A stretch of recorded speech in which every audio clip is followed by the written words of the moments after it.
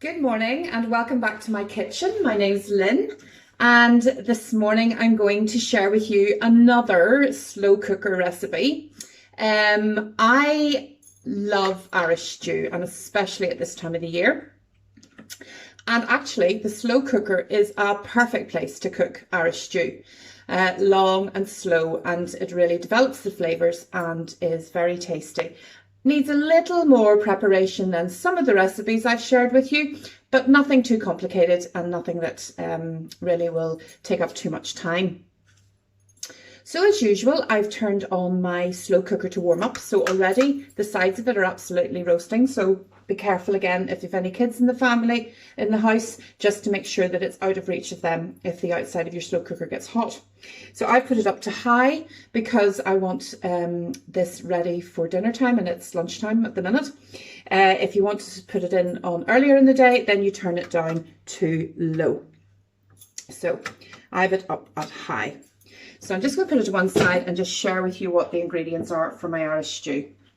Now I'm hoping to feed 3 people tonight, but I'd love to have a little bit extra to put in the freezer for another meal or another couple of meals, maybe next week or the week after. So what I've done is I have 2 potatoes per person. So I've chopped up quite chunky. Now I like my Irish stew to still hold its shape. Some of you might prefer it more with almost like a mashed potato through it. If that's the case, you can cut your potatoes smaller and then you can sort of mash it at the end. I've got a carrot per person chopped up into just little chunks. I have 2 large onions, again chopped, just roughly chopped, nothing too small. My goodness, they were really strong, made my eyes water. And I have 2 sticks of celery that I've just again chopped quite chunky. And I'm going to put those all into the slow cooker.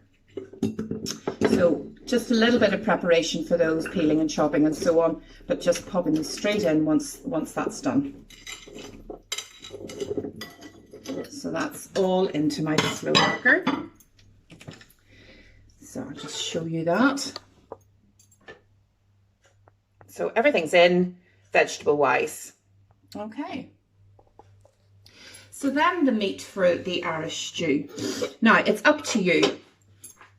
I like to use, as you would traditionally, lamb. So I have got some leg steaks that I have cut up into good, not tiny chunks, nice sort of good chunks that you're going to really see the meat in your stew. But if you don't like lamb, and many don't, beef pieces are perfect. Also, you can get lamb pieces, so you don't have to be cutting it up or trimming it yourself. So either lamb or beef will work perfectly well with that. So then I've got some flour, and I just like to thicken up the gravy in the Irish stew with a little bit of flour. The gravy granules to it would then make it look, sort of give it a brown colour, and I don't like that for Irish stew. So I'm just going to toss my meat pieces in a little bit of seasoned flour. So seasoned flour, all that is just some plain flour, or any flour that you have in the house, with a little bit of salt and pepper in it.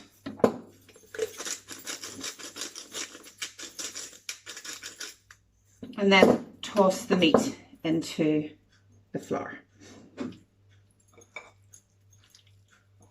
And don't forget, I'll just show you that now in a wee second.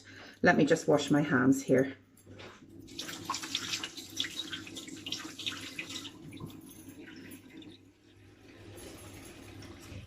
So if you see that, I'm just tossing the lamb pieces into the flour, and that flour, as your slow cooker works, will actually thicken your sauce along with the potatoes, so that you'll get a nice gravy in your stew.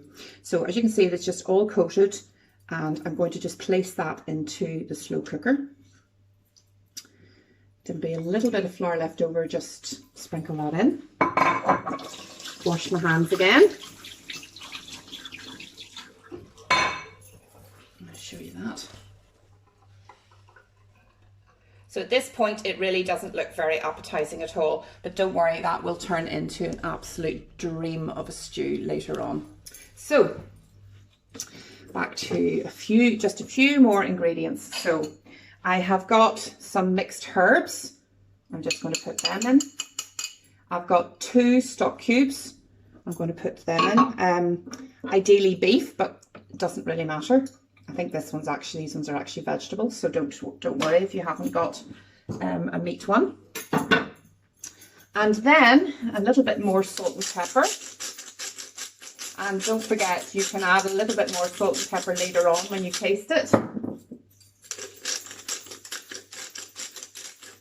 pepper.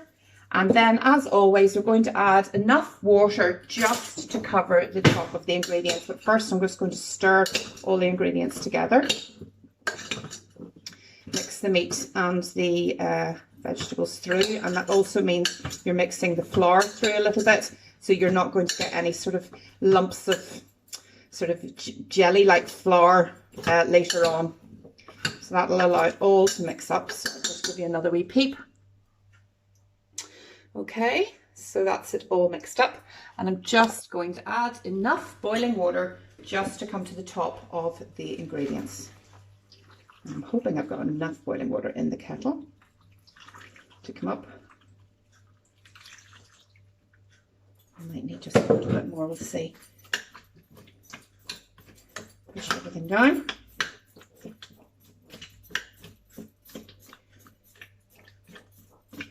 Just maybe a wee splash more. By using boiling water, you're starting the cooking process just a little bit quicker, so gives you a wee head start. But it doesn't matter if you're putting it on for 12 hours. Then it doesn't matter if it's cold or boiling water. It really doesn't. So I'll just show you that there's enough water in here now, just to come to the top of all those ingredients, and you don't want any more than that, because as you know, in the slow cooking process you're not losing any of the liquid, because the steam is what cooks your ingredients, and that just keeps coming round and round and round in your pot. So the last thing to do is put your lid on and forget about it. So I'm going to cook mine for about 4 to 5 hours. And the wonderful thing about the slow cooker is that the meat, if you use a cheaper meat in a slow cooker and cook it over a long time, the meat gets really lovely and tender. So the way to know that your stew is ready to serve is by testing a little bit of the meat and seeing if it's nice and tender. If it's not as tender as you'd like, then you can just keep cooking for another hour or so. So I'm going to leave that now to cook away and do its thing. Out of reach of any kiddywinkles, and I shall come back to you later on in the day and show you how the Irish stew is coming along. All right, see you later. So this is the Irish stew, which has been cooking for about 4.5 hours, and I've tested the lamb, and it's really tender and lovely. Now, as you can see, the potatoes are still quite chunky in that. Now, I love that. That's the way my mummy used to make Irish stew for us as we were growing up. But I know a lot of you like it maybe a little bit more, what would we say, smashed up a little bit. So I would recommend you just take a potato smasher or mashed potato maker, and just mash the potatoes into the gravy, and that will thicken up your gravy for you, and just finish it off maybe the way you would prefer to have it. But I love it like this, I really do. I like it with a bit of Lane Perrins. Hubby loves it with a bit of tomato ketchup, but really whatever your taste is. So I'm just going to now serve up a bowl of this and show it to you. So that's the Irish stew served up. I just absolutely cannot wait to get stuck into that tonight. Now, another wee tip which I haven't really shared with you is that if you think that the juices or the gravy are a little bit thin, and I've suggested in the past maybe using the gravy granules. Now, I don't like to add gravy granules to this because I like the colour just to be natural like that. But what you can do is you can tip your lid of your slow cooker. If I just show you. If you just leave your slow cooker with a slight gap there for maybe the last hour of cooking, that helps to reduce the juices down a little bit, so that the gravy kind of reduces. So that's a wee tip for you if you fancy it being a little bit thicker. Well, I hope you will enjoy the Irish stew. It's a great recipe to feed the family, one of my favourites, as I said earlier. it definitely will feed 3 of us tonight, and hopefully have a few more portions for the freezer. In the next few weeks, I hope to share some desserts with you, just to show you how versatile your slow cooker can be, that it's not just for savoury, but you can also make some sweet things in it as well. And maybe some bread, as which we can try that too. But in the meantime, enjoy cooking with your slow cooker, and also enjoy feeding your family. Until the next time, bye.